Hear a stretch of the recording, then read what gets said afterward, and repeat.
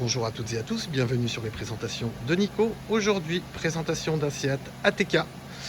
Dans sa finition sport, la finition FR. Motorisation très rare, le 2 litres TSI, essence 190 chevaux, allié à la boîte DSG 7 avec les 4 roues motrices. Coloris gris rhodium, donc sur cette finition FR, on est sur un équipement haut de gamme avec les projecteurs intégralement à LED, LED au stationnement avant-arrière bien entendu, sabot chromé sur la face avant, également sur le bas de caisse, jantes 18 pouces, les vitres arrière surteintées, un éclairage arrière qui est à LED également, avec ce sabot chromé aussi, et donc la double sortie d'échappement visible. L'éclairage de plaque, comme vous pouvez le voir aussi, le distinguer du moins, est à LED aussi. Par ici, l'ouverture du coffre, on retrouve ici la petite caméra de recul. Le coffre de très bonne capacité avec la banquette 1/3 2 tiers, une trappe à ski.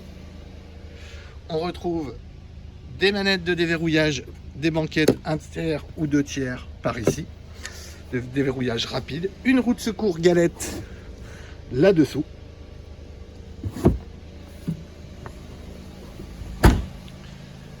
Un très beau 3/4 arrière, hein. Le véhicule est dans un état proche du neuf, hein.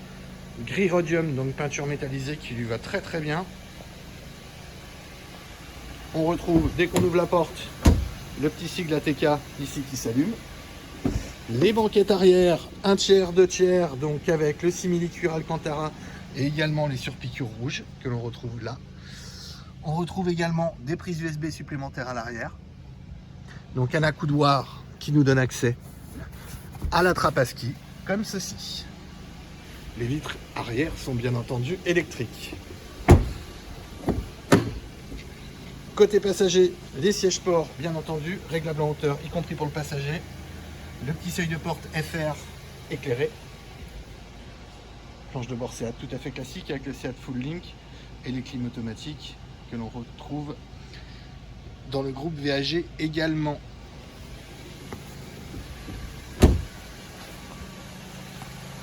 Donc voilà le 3/4 avant de cette très belle voiture qui est en super état.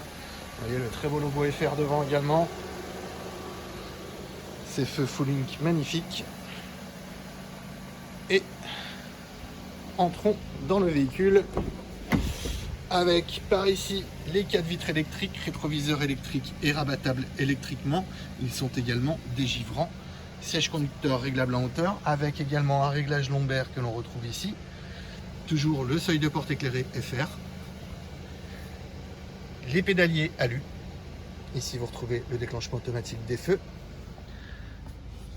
Sur la console centrale, la boîte automatique DSG 7 avec le passage séquentiel à la main.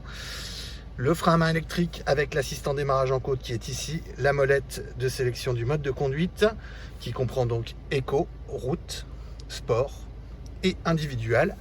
Du fait que ce soit un 4 roues motrices, les deux dernières lui sont propres. C'est le mode off-road et le mode neige. Un accoudoir central bien entendu.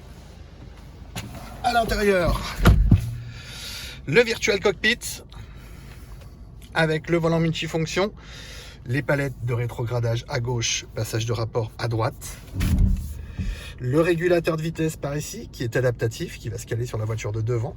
On peut voir ici que le véhicule possède l'assistant feu de route également, ainsi que le lane assist, c'est-à-dire le maintien dans la voie.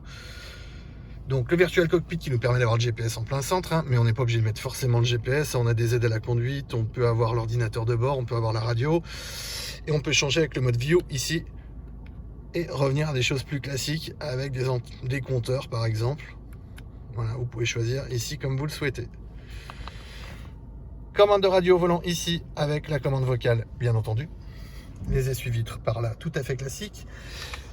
Les clés USB pour la musique ici. Donc climatisation automatique bizone avec ici siège avant chauffant, donc conducteur comme passager. Le voyant parc assist ici, donc le véhicule est doté du parc assist qui va vous assister dans les créneaux, les stationnements en bataille ou en épi. Le start and stop est désactivable. Ici, on peut activer l'aide au stationnement avant-arrière, vous voyez sur le diagramme ici. Et donc, lorsqu'on passe la marche arrière, bien entendu, la caméra de recul également, en plus des bips avant et arrière ici. Le système de navigation est complet avec le Bluetooth, les clés USB dans la boîte à gants, carte SD et lecteur CD.